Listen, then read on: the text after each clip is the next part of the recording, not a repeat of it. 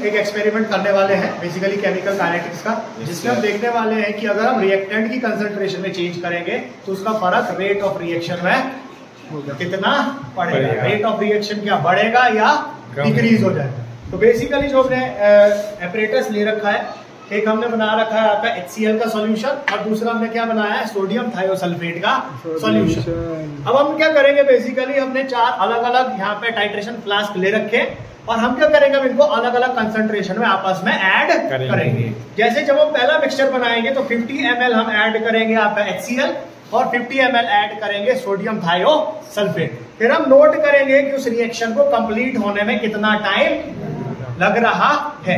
तो कंप्लीशन का पता कैसे लगेगा, यहाँ पे हमने इसमें नीचे क्या लगा रखा है, मार्क लगा रखा है। तो जब ये रिएक्शन होगा, जब ये रिएक्शन, तो ये जो मार्क है ये दिखना हमारे को क्या हो जाएगा बेटे, बंद हो जाएगा। क्लियर। और जो मेरा दूसरा सॉल्यूशन बनेगा उसमें मैं क्या कर दूंगा, रिएक्टेंट की कंसंट्रेशन को डिक्रीज।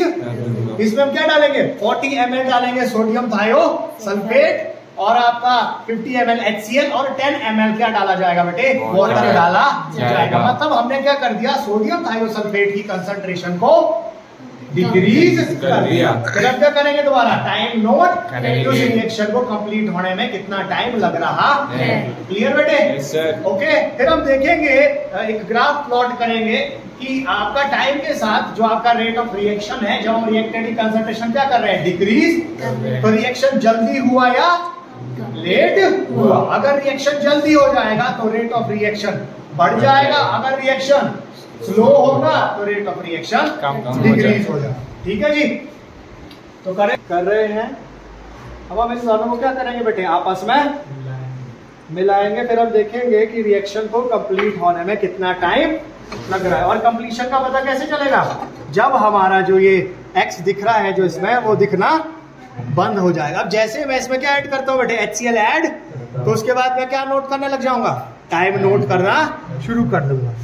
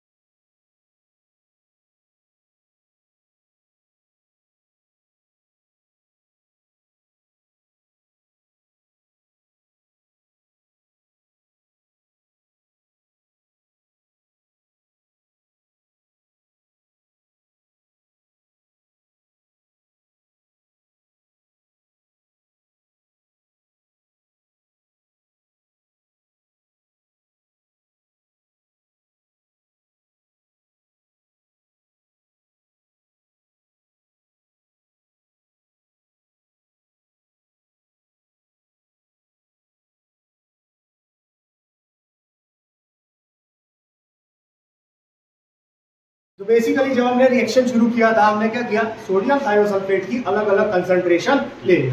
ये जो रिएक्शन आपका होने वाला है, ये होने वाला है सोडियम थायोसल्फेट और हाइड्रोक्लोरिक एसिड के बीच में।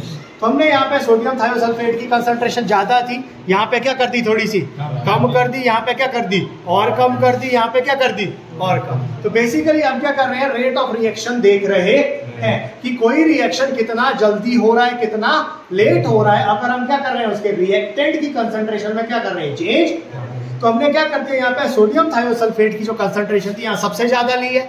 उसके बाद यहाँ पे हमने क्या कर दी, दोबारा से 40 ml कर दी, यहाँ पे हमने कितनी कर दी, 30 ml कर दी, और यहाँ पे हमने कितनी कर दी, 20 ml कर दी। 10 ml यहाँ पे HCl सब में क्या डाला हमने, बराबर। बट यहाँ पे इन 3 बीकर में हमने क्या कर दिया बेटे, जो आपके रिएक्टेंट थे उनकी कंसंट्रेशन को क्या कर दिया, डिक्रीज कर दिया। तो हम देख सकते हैं यहाँ पे हमारे को क्या हो गया बेटे, ये क्रॉस दिखना बंद, मतलब ये रिएक्शन क्या हो चुका है, ऑलमोस्ट कंप्लीशन की तरफ जा चुका है। तो ये क्या हो गया, सबसे जल्दी।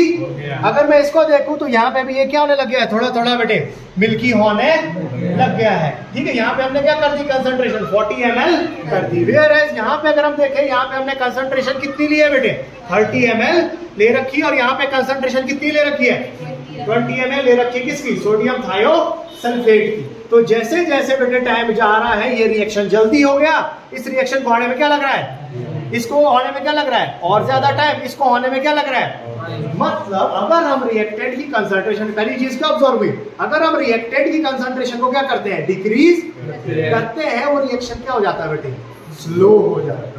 क्या हो जाता है, स्लो हो जाता है। मतलब जो रेट ऑफ रिएक्शन है उसकी वैल्यू क्या हो जाएगी बेटे, डिक्रीज हो जाएगी। ठीक है जी।